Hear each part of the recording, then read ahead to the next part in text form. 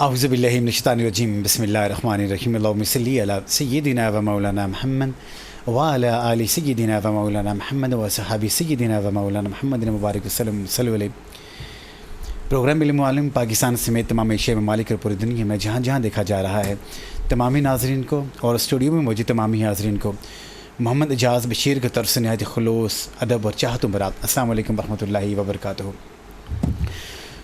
حضور نبی کریم علیہ السلام کے اہل بیت اطہار کی جب بات ہوتی ہے تو محبتوں کی بات ہوتی ہے، جب ان کی بات ہوتی ہے تو عزتوں کی بات ہوتی ہے، جب ان کی بات ہوتی ہے تو قربانیوں کی بات ہوتی ہے، جب ان کی بات ہوتی ہے تو پیار کا ایک ایسا عظیم الشان سرچشمے کی بات ہوتی ہے کہ جس کی روشنی آج بھی محسوس کی جاتی ہے اور تعصب قیامت تک محسوس کی جائے گی.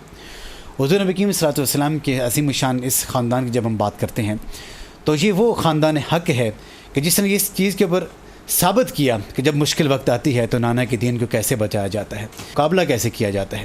جو ایسے عناصر جو آج بھی اس دنیا میں موجود ہیں، جو اسلام کو آج بھی اپنے طور کے اوپر استعمال کرنے کی کوشش کرتے ہیں، لیکن اس وقت سے لے کے آج دن تک یہ تعریف گواہ ہے کہ جب اللہ تعالیٰ کی حبیب علیہ السلام کی جانثار نبی کریم علیہ السلام کے اہل بیت اطہار کی جب بات چیت ہوتی ہے تو ان کی عظیم الشان قربانیوں کا ذکر آتا ہے کہ جس کو آج کی جو مسلمان ہیں اس کے مشعل راہ بناتے ہوئے آج اس دین کو سنبھالتے ہیں، آج اس دین کے ساتھ جڑتے ہیں اور اس دین کے اوپر اپنا تن من دھن وارتے ہیں.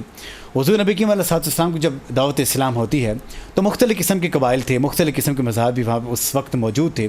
تو لوگوں نے حضور صلی اللہ علیہ وسلم کے اس دین اسلام کے بارے میں جب عیسائیوں کو پتہ چلا، جب یہودیوں کو پتہ چلا تو انہوں نے نبی کریم علیہ السلام کے ساتھ مبالغہ شروع کیا، نبی کریم علیہ السلام کے ساتھ مختلف طرح سے ان کے سوالات کیے. تو حضور صلی اللہ علیہ وسلم نے جب ایک وقت تھا کہ جب حضور صلی اللہ علیہ وسلم اپنا جو پیغام یہ پہنچانا چاہ رہے تھے، لیکن انہوں نے کچھ شرائط ایسی رکھی ہیں. انہوں نے یہ رکھا کہ جب آپ کے اس قرآن مجید میں جو حضرت عیسیٰ علیہ السلام کے بارے میں جو پیغامات ہیں، جو عیسیٰ علیہ السلام کے بارے میں جو معلومات ہے، آپ اس کے بارے میں ہمیں مکمل معلومات فراہم کریں. تو اس وقت حضور صلی اللہ علیہ وسلم نے جو اس وقت کے جو وہاں پہ پادری تھے، جو ان کے علماء تھے، تو نبی کریم علیہ السلام نے ان کے سامنے چند شرائط رکھی، چند ایسے حقائق رکھے کہ جب آپ ان کو مانیں گے تو ہم بھی آپ کی دین کے مطابق جو ہمارے قرآن میں جو ہمارے اسلام میں جو آپ کے دین کے بارے میں جو انفارمیشن موجود ہے، جو تعلیمات موجود ہے، ہم آپ کو بہترین طریقے سے اس کو نہ صرف بتائیں گے بلکہ پہنچائیں گے بھی. تو اس وقت حضور صلی اللہ علیہ وسلم نے جب اللہ تبارک تعالیٰ کی طرف سے یہ وحی نازل ہوئی ہے، جب آیت تطہیر نازل ہوئی ہے، تو اس کے بعد حضور صلی اللہ علیہ وسلم نے تمام عیسائیوں کو جمع کیا اور جمع کرنے کے بعد نبی کریم علیہ السلام نے جو اپنے اہل بیت اطہار کو جمع کیا، جس میں جناب حضرت علی علیہ السلام کا ذکر آتا ہے، جناب حضرت سید کائنات جناب فاطمۃ الزہرا السلام علیہ کا ذکر آتا ہے، جناب اس کے بعد حضرت امام حسن، جناب حضرت امام حسین اس میں شامل ہیں. جب ان کا ذکر آتا ہے، نبی کریم علیہ السلام نے ان 5 ہستیوں کو جمع کیا اور 5 خود نبی کریم علیہ السلام تھے. جب یہ 5 ہستیاں وہاں پہ جمع ہوتی ہیں تو حضور صلی اللہ علیہ وسلم نے پھر جو عیسائی تھے ان کو یہ بتایا کہ آئے ہم یہاں پہ مبالغہ کرتے ہیں کہ اس وقت یہ جو قرآن مجید کی آیت نازل ہوتی ہے کہ تم اپنے بیٹوں کو لاؤ، ہم اپنے بیٹوں کو لاتے ہیں، تم اپنی خواتین کو لاؤ، ہم اپنی خواتین کو لاتے ہیں. اور ساتھ ساتھ نبی کریم علیہ السلام نے یہ بھی کہا کہ تم اپنی جانیں لاؤ، اپنی جانیں خود پیش کرتے ہیں. پھر وہاں پہ مبالغہ ہوا. یہ تمام کے تمام جو یہاں پہ اس کے مبالغے کی جو داستان تھی ہم آپ کے سامنے رکھیں گے، پوری یہ جو انفارمیشن ہم آپ کے سامنے رکھیں گے. لیکن سب سے پہلے جو ہمارے پروگرام میں جو علماء کرام یہاں پہ موجود ہیں میں ان کا تعارف کراتا چلوں. ہمارے ساتھ جناب حضرت علامہ سید واجد علی شاہ حسینی گردیزی صاحب شان اہل بیت ہیں. میں یہ سمجھتا ہوں اور ماشاءاللہ ان کا جو تعلق ہے ایک ایسے گھرانے سے ہے کہ جس گھرانے پہ ہم بھی فخر کرتے ہیں. میری مراد جناب سید واجد علی شاہ حسینی گردیزی صاحب. السلام علیکم ورحمۃ اللہ وبرکاتہ. السلام ورحمۃ اللہ. مزاج گرامی الحمدللہ. اللہ کی آپ خوشیاں عطا فرمائیں. ان کے ساتھ یہاں پہ تشریف رکھتے ہیں معروف مذہبی اسکالر جناب حضرت علامہ مفتی نصیر احمد ضیائی صاحب. السلام علیکم. وعلیکم السلام. مزاج گرامی. الحمدللہ. اللہ کی خوشیاں عطا فرمائیں. اور ان کے ساتھ تشریف رکھتے ہیں جناب مشہور معروف مذہبی اسکالر جناب حضرت علامہ مفتی محبوب الرحمان چشتی گولوی صاحب. السلام علیکم. وعلیکم مزاج گرامی. الحمدللہ. اللہ کی سب کو خوشیاں عطا فرمائیں. کیونکہ مفتی صاحب جو آج ہم شروع کریں گے حضرت علامہ پیر سید واجد علی شاہ حسینی گردیزی صاحب سے کہ اہل بیت اطہار کی شان کیا ہے اور اہل بیت اطہار کی مراد کیا، اور ان کی تطہیر میں جو آیت قرآن مجید اتری ہیں اس کی روشنی میں ان کی شان بیان کیجیے. اعوذ باللہ من الشیطان الرجیم بسم اللہ الرحمن الرحیم قال اللہ تبارک و تعالی فی محکم کتابہ المجید والفرقان الحمید انما یرید اللہ لیذہب عنکم الرجس اہل البیت ویطہرکم تطہیرا صدق اللہ العظیم۔ ماشاء اللہ۔ جناب انتہائی عزتوں احترامات کے لائق قبلہ پروفیسر اعجاز بشیر صاحب، اس خوبصورت پروگرام کے انعقاد پہ میں دل کی عمیق گہرائیوں سے بہت شکریہ جناب کی خدمت میں ہدیہ تبریک پیش کرتا ہوں۔ بہت شکریہ۔ ایسے موضوع کا انتخاب یقیناً صاحبان عشق ہی کیا کرتے بے شک، ہیں۔ بے شک۔ اللہ پاک جناب کو دارین کی سعادتیں عطا بہت فرمائے۔ شکریہ، بہت شکریہ۔ قرآن مجید فرقان حمید سے جس آیہ مبارکہ کو تلاوت کرنے کا اعزاز حاصل ہوا، اس میں میرے اور آپ کے آقا جناب محمد الرسول اللہ صلی اللہ علیہ وآلہ وسلم کے اہل بیت اطہار، آپ کی شان، آپ کی عظمت، آپ کی طہارت، آپ کی پاکیزگی کا واضح اعلان ہو رہا ہے۔ گویا خالق کائنات اہل بیت رسول، خاندان رسول کی پاکی کا اعلان فرما رہا ہے بے شک کہ اللہ پاک نے آپ کو صرف گناہوں سے نہیں، ہر قسم کے ناپسندیدہ امور سے، ہر قسم کی میل کچیل سے اللہ رب ذوالجلال نے خاندان رسول کو ہمیشہ سے پاک اور صاف رکھا ہے۔ بے شک میرے آقا حضور سید عالم نور مجسم شفیع معظم صلی اللہ علیہ وآلہ وبارک وسلم اپنی اہل بیت اطہار کو کس انداز میں اس امت کے حوالے کر کے جا رہے ہیں، اور اس معاملہ میں ہم مسلم شریف کی ایک حدیث مبارکہ سے رہنمائی لیتے ہیں، جسے روایت کرنے والے حضرت زید بن ارقم جلیل القدر صحابی رسول ہیں۔ حضرت زید بن ارقم رضی اللہ تعالی عنہ فرماتے ہیں کہ مکہ پاک اور مدینہ پاک کے درمیان مقام جحفہ میں غدیر خم کے پاس میرے اور آپ کے آقا جناب محمد رسول اللہ صلی اللہ علیہ وآلہ وبارک وسلم آپ کھڑے ہو کے آپ نے خطبہ ارشاد فرمایا، اور خطبہ ارشاد فرمایا سب سے پہلے اللہ کی حمد و ثنا کی۔ سبحان اللہ۔ گویا جب بھی کوئی گفتگو کی جائے، خطبہ دیا جائے، تو اس میں سب سے پہلے حمد و ثنا، یہ میرے آقا مصطفیٰ کریم علیہ الصلاۃ والتسلیم کی سنت مطہرہ، سنت مبارکہ ہے۔ بے شک میرے آقا حضور سید عالم نے آپ نے خطبہ ارشاد فرمایا، اللہ کی حمد و ثنا کی، اور اس کے بعد جمعی صحابہ کرام کو مخاطب کر کے ارشاد فرمایا۔ بظاہر وہاں صحابہ تھے، لیکن در حقیقت یہ پیغام قیامت تک آنے والے ہر انسان کے لیے تھا کہ میرے بعد تم کیسے راہ ہدایت پہ قائم رہ سکتے ہو، کیسے استقامت پہ رہ سکتے ہو، کیسے دین محمدی پہ قائم رہ سکتے ہو کہ گمراہی تمہارے قریب نہ آئے، پشیمانی تمہارے قریب نہ آئے۔ تو اس کا واحد حل اس موقع پہ میرے مصطفیٰ کریم نے ارشاد فرمایا، آپ کے الفاظ مبارک یوں تھے کہ اے لوگوں، میں تمہارے درمیان دو گراں قدر، دو بہاری، دو نفیس، دو پاکیزہ، دو قیمتی چیزیں چھوڑے جا رہا ہوں۔ میرے بعد کسی طرح کے بھی تمہیں پشیمانی نہ ہوگی، پریشانی نہ ہوگی۔ بس یہ ہے کہ اللہ رب ذوالجلال کی طرف سے جو وعدہ ہے، اس وعدہ کو پورا کرتے ہوئے میں اس جہاں سے اس جہاں کی طرف منتقل ہو جاؤں گا، ایک جہاں سے دوسرے جہاں کی طرف منتقل ہو جاؤں گا، لیکن تمہیں کسی طرح کی پریشانی نہیں ہوگی، پشیمانی نہیں ہوگی۔ میں جاتے جاتے تمہیں دو چیزیں دے کے جا رہا ہوں۔ یا رسول اللہ، وہ دو چیزیں کیا ہیں کہ ہم انہیں تھامے رکھیں تو آپ کے ارشاد گرامی کی روشنی میں ہم کبھی گمراہ نہ ہوں، ہم راہ ہدایت پہ رہیں، جنت ہماری منتظر رہے، اللہ کی رحمت ہمارے قریب ہو جائے، اللہ نظر رحمت فرمائے، آپ کی شفاعت کے حقدار ٹھہریں۔ یا رسول اللہ، وہ چیزیں کیا ہیں؟ تو ایک ایک کر کے میرے مصطفیٰ کریم نے ان دونوں کو بیان فرمایا۔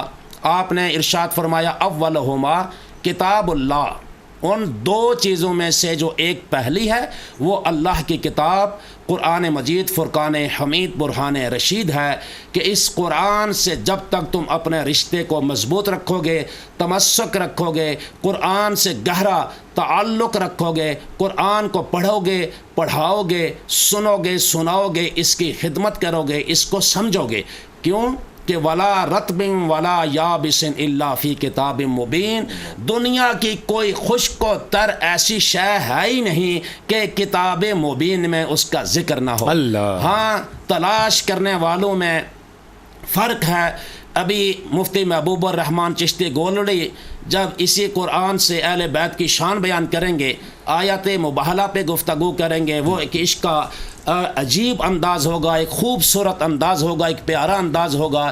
اسی قرآن سے صحابہ کبار علیہم الرضوان وہ بیان کرتے ہیں کہ ہمیں اگر اپنی سواری کی وہ لگام وہ رسی بھی گم ہو جاتی، قرآن کو کھول کے پڑھتے تو واضح ہو جاتا۔ اللہ، بس فرق اتنا ہے کہ قرآن پڑھنے والے ان میں فرق ہوتا ہے، وگرنہ اللہ کی اس پاکیزہ کتاب قرآن مجید جو ہمارے آقا مولا جناب محمد رسول اللہ علیہ الصلوۃ والتسلیم کے قلب اطہر پہ نازل ہوئی، اس میں ہر شے کا ذکر ہے۔ سائنسدان ہے تو اس کا محتاج ہے، فلسفی ہے اس کا محتاج ہے، مفسر ہے اس کا محتاج ہے، محدث ہے اس کا محتاج ہے، گویا ماننے والا بھی اس کا محتاج ہے، نہ ماننے والا بھی اس کا محتاج ہے، اسی سے ہر ایک استفادہ کرتا ہے۔ تو میرے مصطفیٰ کریم نے فرمایا دو چیزیں ہیں، ایک اللہ کا کلام اور دوسرے میرے اہل بیت، یہ ان دونوں کو مضبوطی سے تھامے رکھو گے۔ اس حدیث مبارکہ سے حدیث مکمل نہیں ہوئی، فرمایا تھامے رکھو گے تو کبھی گمراہ نہیں ہوگے۔ اور اس حدیث مبارکہ سے دو چیزیں واضح ہوئی، ایک یہ کہ صرف آپ اہل بیت اطہار کا ذکر کرتے رہیں، محبت و مودت کا دعویٰ کرتے رہیں، اگر قرآن سے دور ہیں تو گویا آپ اپنے دعویٰ میں کمزور ہیں۔ اور قرآن دن رات پڑھتے رہیں، دروس قرآن کے نام سے محافل کا انعقاد کریں، قرآن کے تدریس کے بڑے بڑے ادارے قائم کریں، اگر اہل بیت سے دور ہیں تو گویا وہ تلاوت وہ قرآن کا پڑھنا تمہیں کام نہ آئے گا، کیونکہ میرے مصطفیٰ کریم علیہ الصلاۃ والتسلیم کا ایک اور روح پرور ارشاد گرامی ہے اہل بیت اطہار کے حوالہ سے۔ ایک موقع پہ مولا کائنات شیر خدا مشکل کشا سیدنا علی المرتضیٰ کرم اللہ وجہ الکریم کے حوالہ سے ہے، اہل بیت کے حوالہ سے بھی ہے کہ میرے اہل بیت اور قرآن ہر دور میں اکٹھے ہوں گے۔ جہاں قرآن کی حفاظت کی باری آئے گی، جہاں قرآن کو سمجھانے کی باری آئے گی، جہاں قرآن کے ناموس کی باری آئے گی، آپ کو صفِ اول میں خاندان رسول کے افراد نظر آئیں گے۔ تو میرے مصطفیٰ نے فرمایا یہ اہل بیت اور قرآن ہر دور میں اکٹھے ہوں گے۔ قرآن کی تفسیر جب خاندان رسول کا کوئی فرد آپ کو بتائے گا تو اس میں ایک چاشنی ہوگی، بے شک یہ سینہ با سینہ بھی کچھ فیوز و برکات ہوتی ہیں۔ میرے مصطفیٰ نے فرمایا اہل بیت اور قرآن ہر دور میں ساتھ ہوں گے، حتیٰ کہ حوض کوثر پہ یہ اکٹھے آ کر مجھ سے ملاقات کریں گے۔ اس سے یہ بھی پتہ چلا قرآن کا اہل بیت کے ساتھ کتنا گہرا تعلق ہے، اہل بیت کی قرآن سے کتنی گہری محبت و نسبت و تعلق ہے۔ یہ دو لازم و ملزوم ہیں، ایک کو چھوڑ کے دوسرے سے فائدہ نہیں اٹھایا جا سکتا، دوسرے کو چھوڑ کے پہلے سے فائدہ نہیں اٹھایا جا سکتا۔ لہٰذا جہاں ہدایت یافتہ لوگوں کی آپ پہچان کرنا چاہیں تو سب سے پہلے میرے مصطفیٰ کریم علیہ الصلاۃ والتسلیم کے ان ارشادات عالیہ کی روشنی میں دیکھیں کہ اس ادارے میں، اس گھر میں، اس آفس میں، اس جگہ قرآن مجید فرقان حمید کس کثرت کے ساتھ پڑھا جا رہا ہے، کس انداز سے خدمت کی جا رہی ہے، اور قرآن کو کتنا سمجھا اور سمجھایا جا رہا ہے۔ اور ساتھ دیکھنا یہ ہے کہ خاندان رسول کے ساتھ ان کا سلوک جناب عمر فاروق رضی اللہ تعالی عنہ کہ جیسا ہے، جناب صدیق اکبر رضی اللہ تعالیٰ عنہ جیسا ہے، یا یزید اینڈ کمپنی جیسا سلوک ہے۔ بہت شاندار بات۔ حضرت ابو ذر غفاری رضی اللہ تعالیٰ عنہ سے روایت ایک مختصر حدیث مبارکہ عرض کر کے اپنی بات کو ختم کرتا ہوں۔ آپ نے کعبہ شریف کا دروازہ پکڑ کر آپ نے یہ ارشاد فرمایا کہ لوگوں دیکھو، میں حرم پاک میں کھڑا ہوں، کعبہ شریف کا دروازہ پکڑا ہوا ہے، جو کہنے لگا ہوں میں نے اپنی آنکھوں سے دیکھ رہا تھا، اپنے کانوں سے سنا کہ مصطفیٰ کریم علیہ الصلاۃ والتسلیم ارشاد فرما رہے ہیں کہ اے میری امت، اے لوگو، اے میرے اہل بیت کو یوں سمجھو کہ جیسے کشتی نوح تھی، کشتی نوح میں سوار ہونے والا پار ہو گیا اور اس سے پیچھے رہ جانے والا ہلاک و برباد ہو گیا، غرق ہو گیا۔ جو میرے اہل بیت اطہار کی محبت کی کشتی میں سوار ہوگا، اس جہاں میں بھی اور اس جہاں میں بھی اسے یہ محبت اور یہ نسبت کام آئے گی، یہ نسبت کام آئے گی۔ شاندار بیان جناب حضرت علامہ پیر سید واجد علی شاہ حسین گردیزی کا۔ ہماری کوئی بھی عبادتیں، چاہے قرآن مجید کی تلاوت ہو، ذکر اذکار ہو، چاہے نمازی ہوں، اس وقت تک قبول نہیں ہوں گی کہ جب تک اس میں اہل بیت اطہار کی محبت کا اس میں جام نہیں ہوگا۔ یہ تمام کی تمام محبتیں، یہ تمام کی تمام اخوتیں یہ درس دیتی ہیں کہ اہل بیت اطہار کی محبت اگر کسی کے دل میں نہیں ہے تو اس کی عبادت بھی قبول نہیں ہے گویا۔ تو اہل بیت اطہار سے محبت رکھنے والوں کے لیے انعام کیا ہوتے ہیں، اللہ تعالیٰ کے دربار میں ان کے لیے کیا مقام ہوتا ہے، ان کا مرتبہ کیا ہوتا ہے، ان لوگوں کو محبت کے صلے میں ملتا کیا ہے، یہ بیان کرنے کے لیے ہمارے ساتھ جناب حضرت علامہ مفتی نصیر احمد ضیائی صاحب۔ ماشاء اللہ۔ بسم اللہ والصلاۃ علی رسول اللہ۔ بہت شکریہ پروفیسر اعجاز بشیر صاحب، آپ نے اس محبتوں بھرے پروگرام میں ہمیں دعوت دی۔ بہت شکریہ آپ کا تشریف لائیں۔ اللہ وحدہ لا شریک سے دعا ہے کہ اللہ تعالیٰ تادم واپسی ہمیں اہل بیت اطہار سے محبت کرنے والا رکھے، آمین آمین۔ اسی محبت میں ہمیں زندگی اور اسی محبت میں ہمیں موت عطا فرمائے۔ بے شک، آمین۔ بے شک۔ بہت خوبصورت انداز کے اندر قبلہ دل و جاں حضرت علامہ پیر سید واجد علی شاہ صاحب گردیزی آپ نے اہل بیت اطہار کی شان بیان فرمائی ہے۔ بے شک۔ پروفیسر میں اس گفتگو کو مزید ایک یوں سمجھیے کہ اشیاء لگانے کے لیے ایک روایت عرض کر دوں۔ اللہ کے محبوب علیہ الصلاۃ والسلام کا فرمان گرامی ہے کہ کوئی شخص حجر اسود اور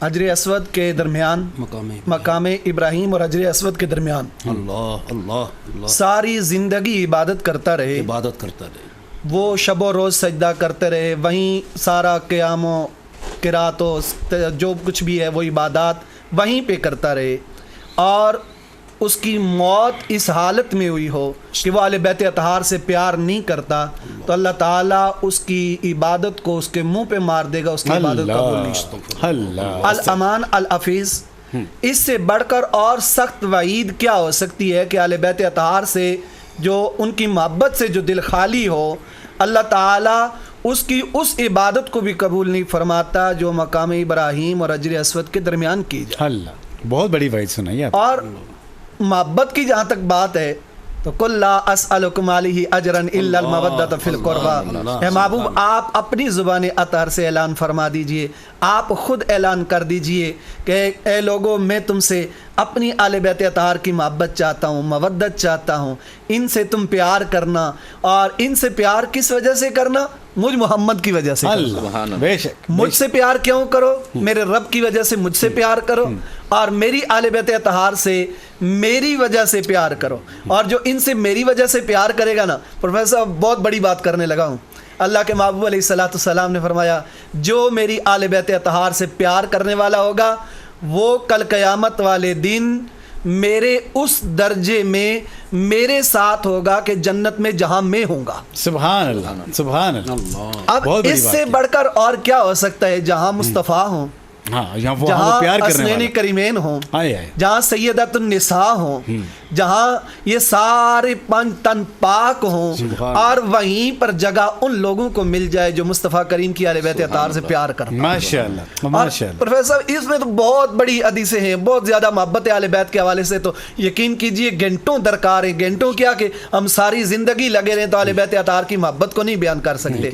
حضرت سیدنا فاروق اعظم رضی اللہ تعالیٰ عنہ آپ ممبر پر جلوہ فرمائیں، اور ممبر پر جلوہ فرمائیں تو اتنے میں حسنین کریم حضرت سیدنا امام حسین آئے، امام حسین نے آ کر کہا اتریے میرے بابا کے ممبر سے، 22 لاکھ مربع میل کا حکمران بیٹھا ہے،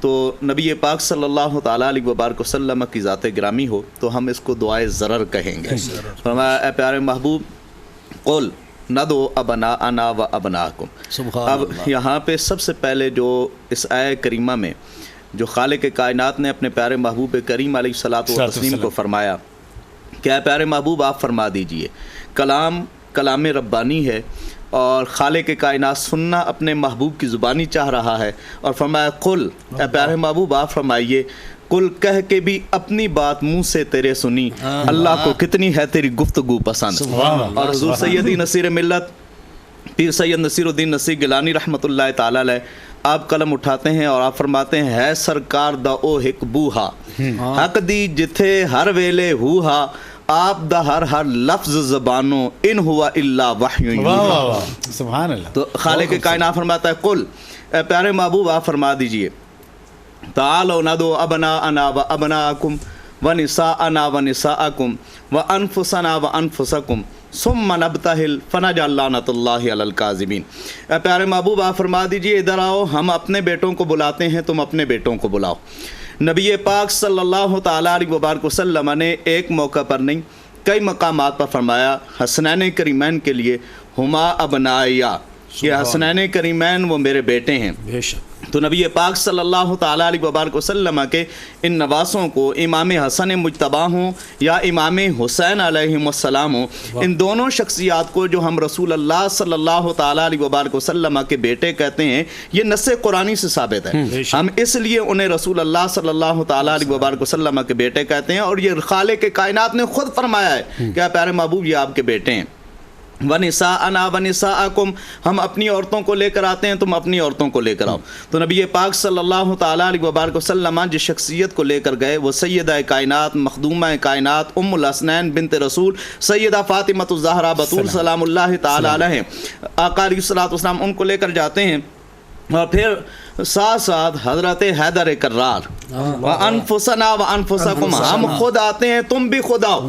یہاں نفس رسول اللہ کا نفس حضرت حیدر کرار مولا مشکل کشا حضرت علی المرتضیٰ کرم اللہ وجہ الکریم کو جو کہا گیا نا کہ نفس رسول, یہ خالق کائنات نے خود فرمایا کہ رسول اللہ کی جان. سبحان اللہ. آپ رسول اللہ کی جان ہیں, ہم خود آتے ہیں تم بھی خود آؤ. اور اس پر پچھلے ایام میں چونکہ یوم مباہلہ یوم غدیر گزرا ہے, یوم غدیر پر میں نے ایک ربائی لکھی تھی کہ اے مصداق آیت انفسنا و انفسکم, یہی آیت کریمہ آیت مبالہ, اے مصداق آیت انفسنا و انفسکم یہاں نفس رسول سے مراد حضرت حیدر کرار ہیں.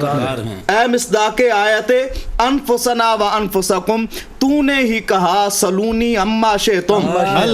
کوفہ کی مسجد ہو اور حضرت حیدر کرار اعلان فرمائیں کہ مجھ سے جو سوال کرنا چاہتے ہو جو پوچھنا چاہتے ہو پوچھو, سلونی قبل ان تفقدونی اس سے پہلے کہ میں تم میں نہ رہوں. تو حضرت حیدر کرار اعلان فرماتے ہیں تو جبریل امین انسانی شکل میں آتے ہیں اور آ کر پوچھتے ہیں بتاؤ جبریل کہاں ہیں.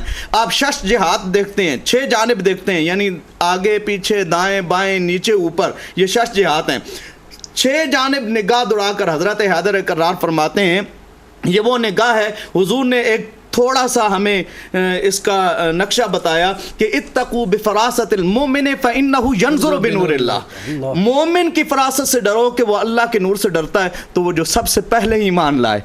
اس حیدر کرار کی فراست کے بارے میں بھلا کون اندازہ لگا سکتا ہے. تو حضرت حیدر کرار رضی اللہ تعالیٰ عنہ آپ فرماتے ہیں مجھے تو 6 جہات میں کہیں جبریل نظر نہیں آئے, لگتا ایسے ہے کہ انسانی شکل میں تو ہی آیا ہے, اب آدمی کوئی اور ہماری نظر میں ہے. جب سے سنا ہے یار لباس بشر میں ہے, اگر وہ نوری لباس بشر میں جبریل آ سکتا ہے تو نبیوں کے سردار نوری ہو کر وہ لباس بشر میں کیوں نہیں آ سکتے. تو نبی پاک صلی اللہ تعالیٰ علیہ وبارک وسلم کے اس بھائی نے نبی کی جان نے حیدر کرار نے فرمایا مجھے کہیں جبریل نظر نہیں آیا, لگتا ہے جبریل تو ہی ہے. تو میں نے اس حوالے سے یہ عرض کیا کہ اے مصداق آیت انفسنا و انفسکم تو نے ہی کہا سلونی اما شئتم, اور یوم غدیر مولا نے تجھے کیا مولا. یوم غدیر مولا نے تجھے کیا مولا. من کنت مولا ہو فہذا علی مولا. حضرت ابو ہریرہ رضی اللہ تعالیٰ عنہ کا ذکر خیر ہوا, آپ سے مروی یہ روایت ہے, آپ فرماتے ہیں کہ نبی پاک صلی اللہ تعالیٰ علیہ وبارک وسلم نے غدیر کے مقام پر اپنے تمام صحابہ اکرام رضوان اللہ تعالی مجمعین جہاں پہ اکٹھے تھے، سب نے الگ الگ ہونا تھا، جدا ہونا تھا. وہاں حیدر کرار کا دست مبارک پکڑ کے سرکار دو عالم صلی اللہ تعالی علیہ وبارک وسلم نے فرمایا جس کا میں مولا ہوں اس کے علی مولا ہیں. تو سب سے پہلے جس شخصیت نے مبارکباد دی اور وہ آئے اور کہنے لگے بخ اللہ کا یا ابن ابی طالب، وہ ذات وہ ہے جس کے بارے میں حضور نے فرمایا لو کان بعدی نبی لکان عمر ابن الخطاب، اگر میرے بعد نبی ہوتا وہ عمر ابن خطاب ہوتا. وہ شخصیت ہے جس کے بارے میں نبی پاک صلی اللہ تعالی علیہ وبارک وسلم نے فرمایا ہر امت میں ایک ایسا آدمی ہوتا ہے جس کی رائے کے مطابق خالق کائنات وہی نازل فرماتا ہے. فَإِن يَكُن مِّنْ أُمَّتِي أَحَدٌ فَإِنَّهُ عُمَرٌ، فرمایا میری امت میں ایک ایسا آدمی اگر دیکھنا چاہتے ہو تو وہ عمر فاروق ہے. تو جناب عمر فاروق رضی اللہ تعالیٰ عنہ جو بات کہیں اس کے مطابق وہی نازل ہو، وہ عمر ابن خطاب جس کے بارے میں نبی پاک صلی اللہ تعالیٰ علیہ وبارک وسلم خود دعائیں فرمائیں کہ مولا عمر ابن خطاب کو تو اسلام لانے کی توفیق عطا فرما. ابو جہل میں سے یا عمر ابن خطاب میں سے، ان دو میں سے کسی ایک کے ذریعے سے اسلام کو عزت و توقیر عطا فرما. وہ عمر ابن خطاب جب آئیں تو خانہ کعبہ میں نمازیں ادا ہوں، وہ فرماتے ہیں بخ اللہ کا یا ابن ابی طالب، اے ابو طالب آپ کو مبارک ہو، آپ کو مبارک ہو. اصبحت ولی و ولی کل مؤمن، میرے بھی ولی بن گئے ہیں، تمام اہل ایمان کے مومن بن گئے. اور حضرت ابو ہریرہ فرماتے ہیں ایک تو خالق کائنات نے حجت الوداع کے موقع پر اس آیہ کریمہ کو نازل فرمایا، دوبارہ یہ آیہ کریمہ نازل ہوئی اليوم اکملت لکم دینکم واتممت علیکم نعمتی ورضیت لکم الاسلام دینا.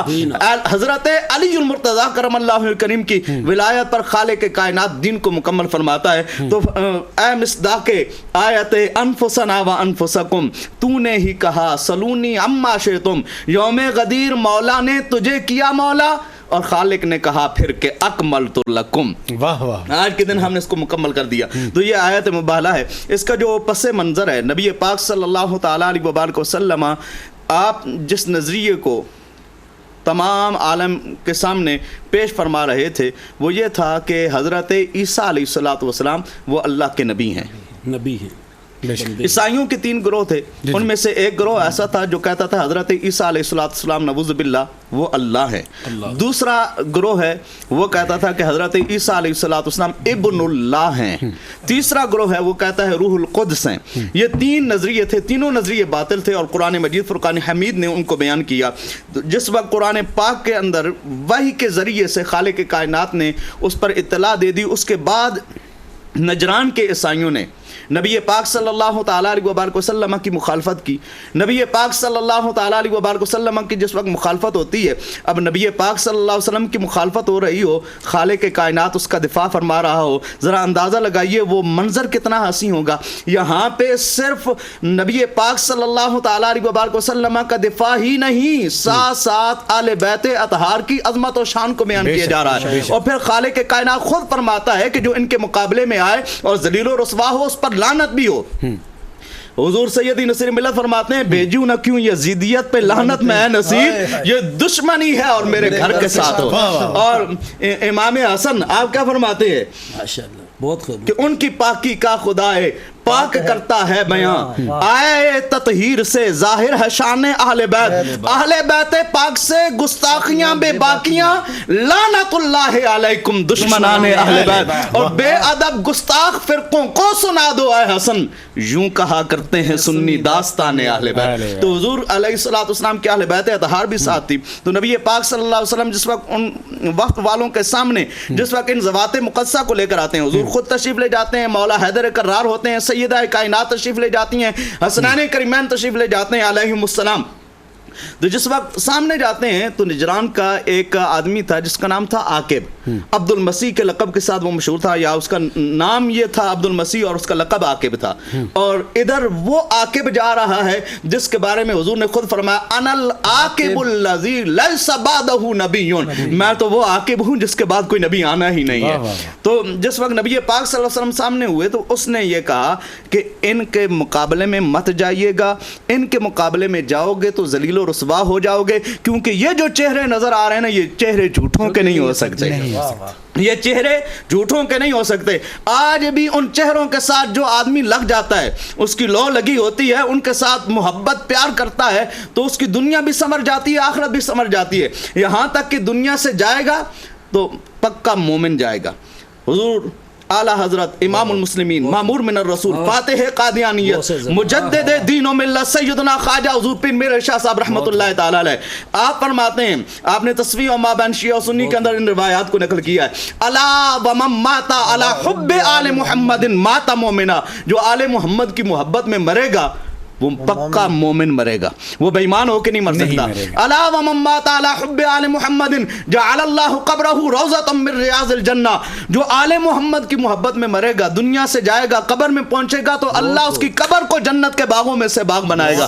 الا ومن مات علی حب آل محمد مات شہیدا، آگاہ رہو جو آل محمد کی محبت میں مرے گا وہ بستر علالت پہ مر جائے، وہ اپنے گھر میں بیٹھے بٹھائے اسے موت آ جائے، لیکن جب مرے گا مقام شہادت حاصل کرے گا۔ الا ومن مات علی حب آل محمد جعل اللہ قبرہ مزارا لملائکۃ الرحمہ، جو آل محمد کی محبت میں مرے گا اللہ اس کی قبر کو رحمت والے فرشتوں کے لیے مزار بنا دے گا۔ اس سے پتہ یہ چلا مزار ان کے بنتے ہیں جو اہل بیت اطہار کے ساتھ ہیں، اور اللہ اہل بیت پیغمبر کے ساتھ ہے، اللہ بھی اہل بیت پیغمبر کے ساتھ ہے، تو ان کے ساتھ جن کا پیار اور محبت ہوتا ہے وہ دنیا میں بھی سرخرو اور کامیاب ہوتا ہے، آخرت میں بھی سرخرو اور کامیاب ہوتا ہے، لیکن ان کے ساتھ جو بغض رکھے، الا ومن مات علی بغض آل محمد مات منافقہ، وہ منافق ہو کے مرتا ہے۔ دوسری روایت میں مرتا ہے وہ کافر ہو کے مرتا ہے۔ اس لیے اہل بیت اطہار کی محبت جو ہے، آل نبی کا پیار ہے، ایمان کی زندگی، اگر ان سے نہیں پیار تو سب کچھ فضول ہے۔ ماشاءاللہ، شاندار انداز، ماشاءاللہ مفتی صاحب کا اپنے ذوق میں انہوں نے وہ ایسی عظیم الشان جو ہستی، جو حضور نبی کریم علیہ الصلوۃ والسلام جن کو اپنے دل سے، اپنے جان سے، اپنے تن من دھن سے زیادہ پیار کرتے تھے، جناب امام حسن امام حسین پنجتن پاک کے گھرانے کی شان بیان کی، اللہ تعالیٰ مزید اس میں برکتیں عطا فرمائے۔ ہم پیر سید جناب واجد علی شاہ حسینی گردری صاحب کو تو بڑھیں گے، جاننا چاہیں گے کہ حضور نبی کریم علیہ السلام کے اصحاب اطہار نے جو نبی کریم علیہ السلام سے جو پیار کی لازوال داستانیں رکھی ہیں، کیونکہ پروگرام کا وقت ختم ہے تو جاننا اس لیے مختصر کہ وہ ہمارے کیونکہ انٹرپٹ کیا جا رہا بار بار، تو جو نبی کریم علیہ السلام کے صحابہ کا جو نبی کریم علیہ السلام کے گھرانے سے پیار تھا، اسے کچھ مروزات ہمارے سامنے رکھی۔ بسم اللہ الرحمن الرحیم۔ ماشاءاللہ پروفیسر صاحب بہت اہم آپ نے سوال کیا، اس سے کئی ایک باتیں واضح ہوں گی جو غلط فہمیاں پیدا کی جا رہی ہیں۔ میں عرض کرتا چلوں، وقت اپنے دامن میں وسعت نہیں رکھتا، قبلہ مفتی نصیر احمد ضیائی صاحب نے آپ کے سامنے خلیفہ وقت جلیل القدر صحابی رسول حضرت عمر فاروق رضی اللہ تعالی عنہ کا ایک واقعہ بیان کیا کہ آپ نے کس فخر کے ساتھ اس چیز کو قبول کیا کہ اے حسین، ہمارے سر پہ جو بال اگے ہیں یہ بھی آپ کا صدقہ ہے، آپ کے عالی گھرانے کا صدقہ ہے، ہم آپ کے نانا کے نہیں، ہم آپ کی پورے خاندان کے غلام ہیں۔ اسی طرح اگر آپ خلیفہ اول حضرت سیدنا ابو بکر صدیق رضی اللہ تعالی عنہ کی حیات مبارکہ کا مطالعہ کریں تو آپ کو کسی بھی صحابی کو آپ ان کی حیات مبارکہ کا مطالعہ کریں تو اندازہ ہوگا کہ خاندان رسول کے ساتھ کس درجہ کی مودت تھی، خدمت کا کتنا جذبہ تھا۔ آپ کے حوالہ سے مشہور ہے، یہ روایات ملتی ہیں کہ حضرت ابو بکر صدیق رضی اللہ تعالی عنہ آپ قسم اٹھا کے کہتے تھے کہ مجھے اپنی جان سے رسول اللہ کی جان زیادہ عزیز ہے، مجھے اپنے خاندان سے زیادہ رسول اللہ علیہ الصلوۃ والتسلیم کا خاندان ہے، اور اس کی کئی ایک مثالیں بھی موجود ہیں ایثار و قربانی کی۔ اسی طرح دیگر اگر ایک صحابی رسول کے خاندان رسول کی خدمات کے حوالہ سے 2-3 مثالیں قبلہ مفتی صاحب نے، ہمارے عظیم سکالر مفتی محبوب الرحمن چشتی گولری صاحب نے بیان کی، تو اگر جس صحابی رسول کی حیات مبارکہ کا مطالعہ کرو تو وہ اپنے خاندان سے زیادہ عزیز، اپنے آپ سے زیادہ عزیز رسول اللہ علیہ الصلوۃ والسلام کے خاندان کو جانتا اور گردانتا تھا، ان کی خدمت میں ہی اپنی فلاح سمجھتا تھا۔ کیوں نہ سمجھتا کہ قرآن و احادیث نے یہی ہر صاحب ایمان کو حکم دیا ہے۔ امام شافعی رحمۃ اللہ تعالی علیہ گویا صحابہ کرام علیہم الرضوان کی اس محبت کو یوں بیان کر رہے ہیں، آل نبی ذریعتی وہم الیہ وسیلتی ارجو بہم اوتا غدن بید الیمین صحیفتی۔ اللہ، شاندار بیان۔ کیونکہ جب محبتوں کی بات ہوتی ہے، عقیدتوں کی بات ہوتی ہے، تو تمام کی تمام محبتیں، تمام کی تمام عقیدتیں خاندان رسول صلی اللہ علیہ وسلم پہ جب ہم نچھاور کرتے ہیں، جو اس لیے اس چیز کے ثبوت دیتے ہیں کہ ہم پکے مسلمان ہیں، اور کیوں نہ دیں کہ جب ہم محبت کا وہ اظہار نہیں کریں گے تو ہماری عبادتیں بھی قبول نہیں ہوں گی۔ اپنے دل میں اگر ہم عداوتیں رکھیں گے، اگر اپنے دل میں کوئی دورتیں رکھیں گے، نفرتیں رکھیں گے، ہم اپنا ہی نقصان کریں گے، کسی کا کچھ بھی نہیں جائے گا۔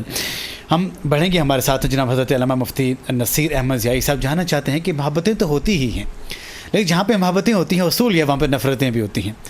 جہاں پہ نفرتیں ہوتی ہیں تو ایک نفرت دنیاوی نفرت ہوتی ہے، کسی عام آدمی سے، عام شے سے نفرت ہے، لیکن خاندان نبوت صلی اللہ علیہ وسلم سے عداوت رکھنے کے لیے جو لوگ عداوت رکھتے ہیں ان کے لیے کیا وعید سنائی گئی ہے؟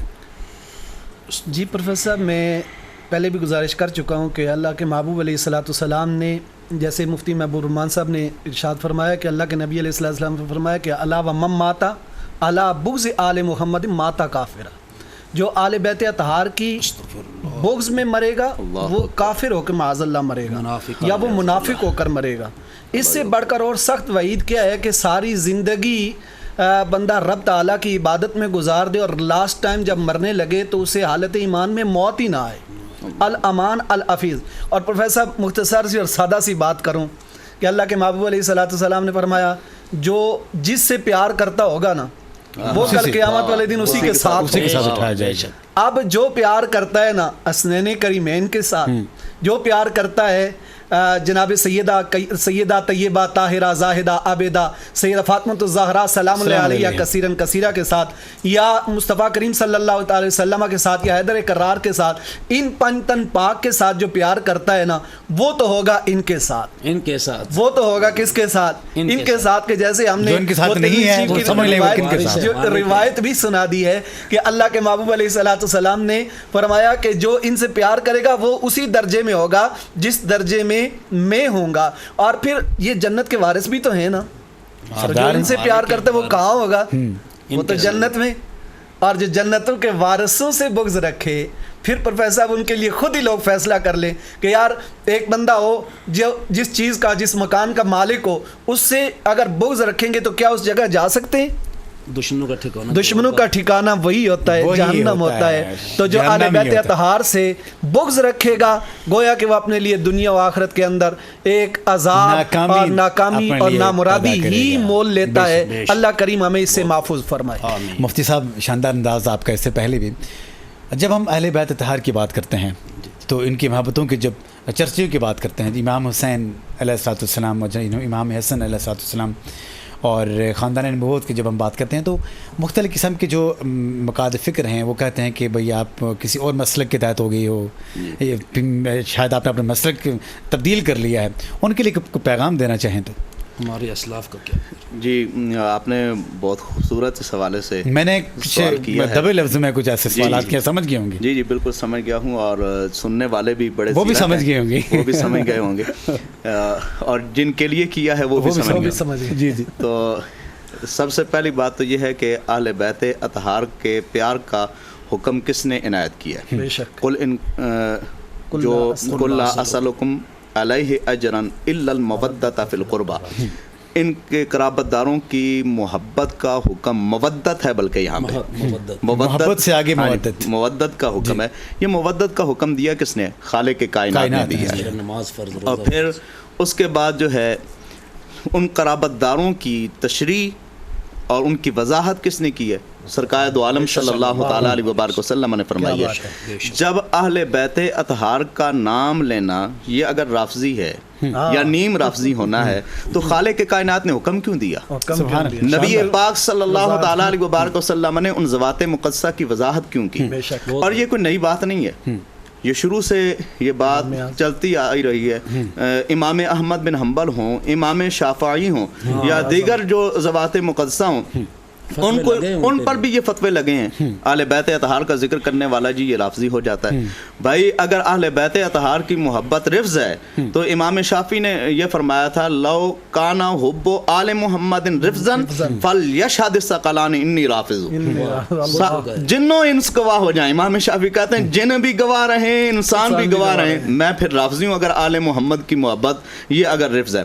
تو اہل بیت اطہار کا پیار یہ ایمان کی زندگی ہے۔ اہل بیت اطہار کا جس طریقے سے پہلے میں نے یہ روایات پیش کی ہیں، ہم تو یہ دعا کرتے ہیں کہ مولا قائم ہو جب بدن سے کفن کی نسبت، قائم ہو جب بدن سے کفن کی نسبت، چہرے سے آیا ہو پنج تن کی نسبت، چہرے سے آیا ہو پنج تن کی نسبت، یا رب میری تقدیر میں لکھ دے تا حشر زہرا و حسین و حسن کی نسبت۔ ہم تو یہ چاہتے ہیں وہ نسبت ہمارے مقدر میں آ جائے، ہماری دنیا بھی سنور جائے، آخرت بھی سنور جائے۔ بلکہ شیخ سعدی شیرازی رحمۃ اللہ تعالیٰ علیہ کی زبانی ہم تو یہ کہتے رہتے ہیں کہ مولا ہماری دعائیں بھی آل محمد کے صدقے میں قبول فرمانا، الہی بحق بنی فاطمہ کہ بر قول ایمان کنی خاتمہ، اے مولا فاطمہ کی اولاد کے صدقے میں، الہی بحق بنی فاطمہ، مولا اولاد فاطمہ کے صدقے میں کیا کرنا کہ بر قول ایمان کنی خاتمہ، میرا خاتمہ ایمان پر فرمانا۔